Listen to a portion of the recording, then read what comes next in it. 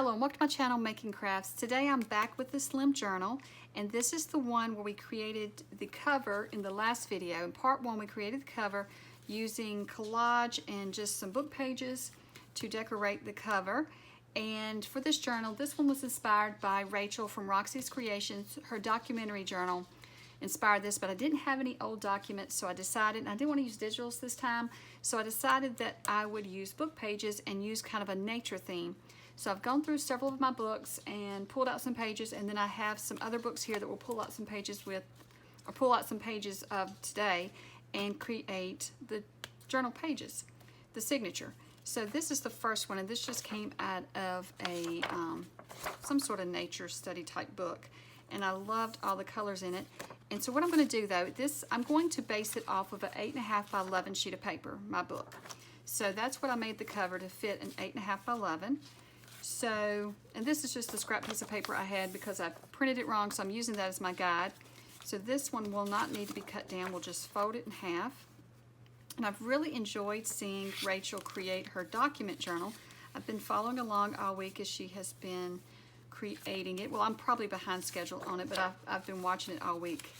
And I'm really enjoying it. And so it inspired me to try this journal. I wanted to try a slim journal, and I thought that the document journal was really neat. So what I've done here is a friend gave me some of these papers, and I don't know if there's anywhere you can get them or not, but it's just some scrap paper she was throwing out. And so I also grabbed those, and I'm going to add those to my journal as well. And here's another one. So what I'm going to do is I'll cut that one down. This one's going to have to be cut down as well. And I may tear some pages, but this one I can see is already rough, so I don't want to tear it because I may destroy it. And this is just from like an art book. So I'm just using different pages. I'm trying to go with the nature theme, the botanical theme. So anything that was in any of these books that made me think I wanted it in my journal, I grabbed it. So I'm going to trim this one down to 8.5 by 11. So then let's see, 11. Take it off the top a little bit. Yes, and there we go. So some I'll trim, some I may just tear down. So then we can just fold this one in half. There we go. And it's okay that it's a little rough because that's how these little journals are, because her documents were, some of them were rough, and that's okay. So that's what I liked about this one. You could just use what you have. So we'll just kind of put these together like this and see how it goes. Let me find my cover. Where did I lay it? Here it is. I want to make sure these are fitting inside the cover. Yes, that'll fit just fine. That kind of seemed really tall, but it fits just fine. It just seemed tall. So this one is, it's wide and it's not too wide, so it's perfect. It'll work too. This is a dictionary page that I had pulled out sometime or another, and I thought it would work just fine. And I'm okay with it being thinner pages and thicker pages, so we'll get half that bird. That'd be cool. I'm not going to use this one. This one seems to crack and split. This is from a calligraphy book, teaching you how to write, but I like the calligraphy on the pages, so I'm going to use one of those. Here's another nature book. I'm going to use this page. A lot of these were already torn out for other journals, and they didn't get used, so I'm just using them now. Let's cut this one down to 8.5. What do I want to cut? If I cut it, that's going to cut the red flower off, isn't it? Not completely, though. I'll cut it 11. Cut the bottom there. Or no, let's cut the top. I like that. There we go. Let me just fold it.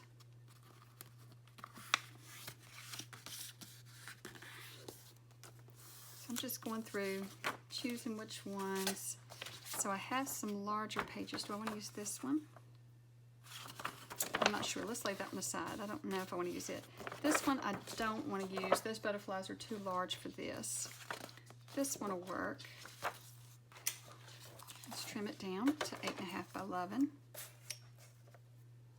Ooh, it's going to take quite a bit of trimming. Let's trim it this up here. let's trim it along here and then trim this edge. May have trimmed too much off of that edge, I'm not sure. I probably did. Now I don't want to use that. I think it'll be fine. I think it will be okay. So let's turn it down to 11.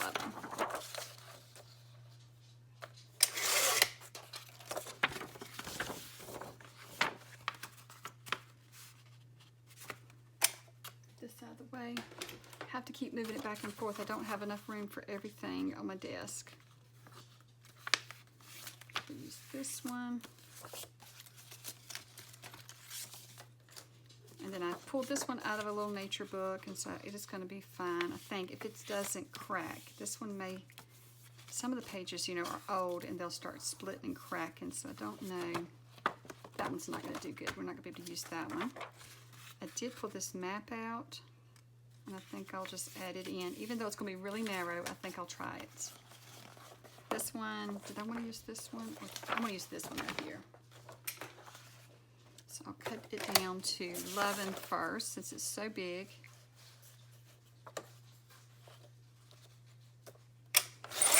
Oops, I just twisted that crooked when I did that. There we go. And then I want to get this image, so I'm going to trim it down to 8.5.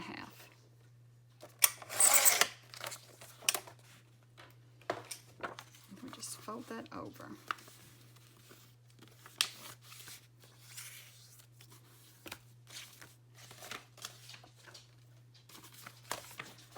And let's use some of this sheet music here.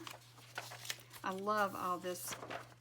I don't know what it is about these music notes, but I love seeing all those different notes on that one. I have no idea how to play it, but I like. I'm trying to see if I want to use any of these.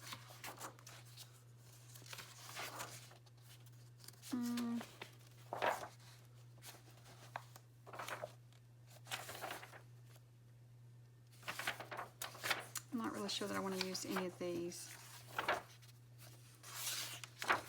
No, I don't. I think I'll go back and get some more out of this one.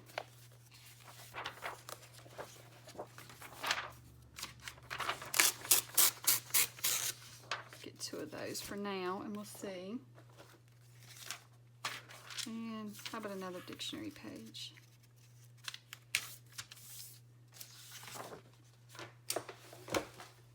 And let's trim down this one here that we laid aside. I think I do want to use it, so let me see what's on the back side. Okay, so I'm just going to trim it down, kind of like that. And then, there we go, that's 8.5 by 11, right there.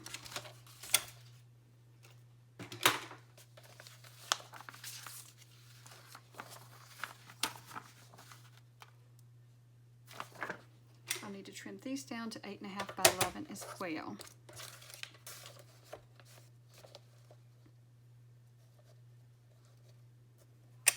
Okay, let me do the side that I tore. And then 11, what's it going to cut into? Maybe I'll trim a little bit off the top and the bottom.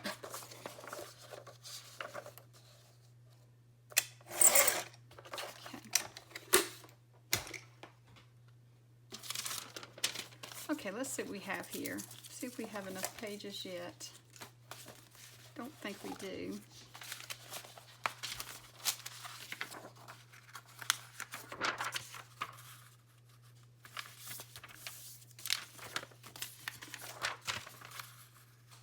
I'm going to fold these up first.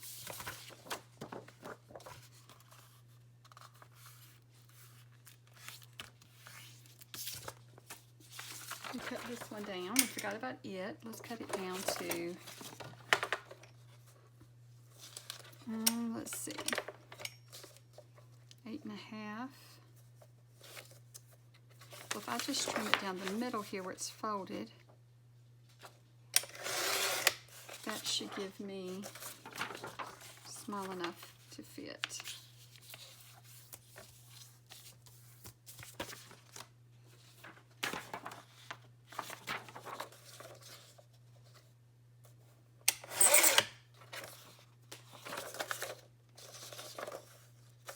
Okay.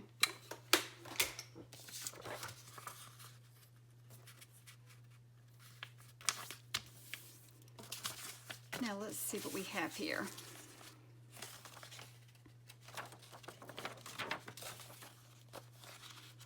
Just start putting them together, and then we can rearrange them once we figure out how we want them. I want to add in this small one there, and then with these, and maybe this one.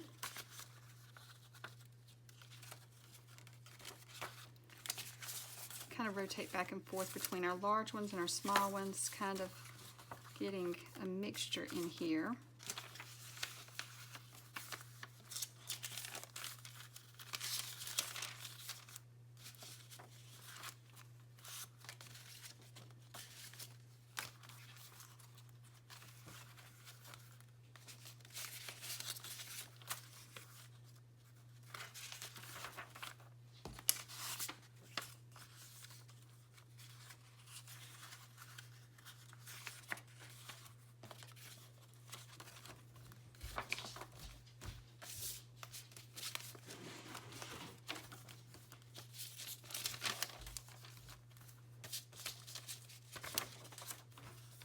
And what if this was our center? That might be pretty in the center. So it has been several days since I worked on this journal, and I had to take a break. We had some things going on, and so when I came back to it, I decided that I wanted to decoupage the cover. I know previously in the other video when I created the cover, I had said that I wasn't going to decoupage it, I was just going to let it be. But then the more I thought about it, I thought the decoupage glue would seal it up, since I am using so many different book pages and scraps and pieces of book pages and things, that I thought if I use the decoupage glue, I can seal it up really good. Now ideally, I should have decoupaged it before I add the lace and the little metal plate. But what I'm doing is just making sure that I don't get any glue on the lace nor the plate. And the plate, I know that if I get a little bit of glue on it, as long as I wipe it off as soon as the glue gets on it, it should be fine. This journal is a lot of fun. I think that it's fun to see what all I can just find in book pages to use for this one. And so I'm just wanting to try something new, and so I think this has been a lot of fun. So here is the completed cover, and I've gave it plenty of time to dry, so it's been another day or so, and I've given it time to dry. So now I want to stitch in the signature. And so if you're following along, I know it jumped quickly from the decoupage glue to the actual cover being dry. So if you're following along and doing this, be sure to give your cover, several hours to dry. If it's cool or damp where you're at, you may need to give it a little bit longer. You may need to give it 24 hours. So mine has been sitting for a while, and then I've come back to work on it. So now I've just gone ahead with my awl, and I've punched some holes in my signature. And what I'm doing this time is I wanted to try something different. So this whole journal is me just trying different things. And so this time I am just going to stitch my signature to this piece of muslin fabric. And so I've just torn it down to be wide enough that I could wrap it around the edge of the book. And so I'm not gluing the fabric on. What I'm doing is I'm sewing the signature to the fabric to then glue it to the inside cover of the book. And this is a little different way than I've done before. In the past, if I've done something like this, I've added a little cardstock to that piece of fabric, and in hindsight, I think that would have made this a lot easier. I really struggled with getting this piece of fabric to stay in place and stay lined up like it should as I was sewing it in. So I probably should have added a piece of cardstock to the back of it. But once I got it glued in, you will see in just a moment, it is very sturdy. So it does not hurt the integrity of the book. it just would have made it a lot easier sewing these signatures to the fabric itself. But so far it does not feel like it has, hurt the book any at all. So for this one, I am just doing the 3 holes in the signature and then just sewing it up like I do every other journal. Now, I know I mentioned before that this was inspired by Rachel's from Roxy Creations document journal that she created, and she did sew her signatures in differently. The reason I stayed with my normal stitching it in the way I normally do is because I had such different size pages. I wanted to be sure that I caught all the pages, even the smaller ones. So I decided that this would be the best way to sew this signature in. So I've done everything like I've done in the past when you've seen me sew my signatures, except I'm not sewing it into the cover yet. And now to add it to the cover, I'm just going to add glue down the spine on the fabric portion. So you can see here the fabric is loose on both sides. So I did not glue the fabric to the signature at all, just stitched it to it. And so then I'm just going to add glue down the center spine of my signature. And then I'll go ahead and attach it to the cover. So if you're following along, just like I'm doing here, be certain that you have your signature right side up, matching the cover being right side up. I don't know how many times I've almost sewed in a signature upside down. I don't think I've ever sewed one in upside down yet. I can't remember if I have, but it could be easily done. So be sure that you match it up if you're following along, and then I'm just going to adjust it from side to side and top to bottom, and just all I'm doing is trying to center it up inside the cover. And then I'm just going to press on the spine, on the center of the book. I was just pressing it into the cardstock, and then I'll come back and I will add Fabri-Tac onto my fabric and attach it to the cover.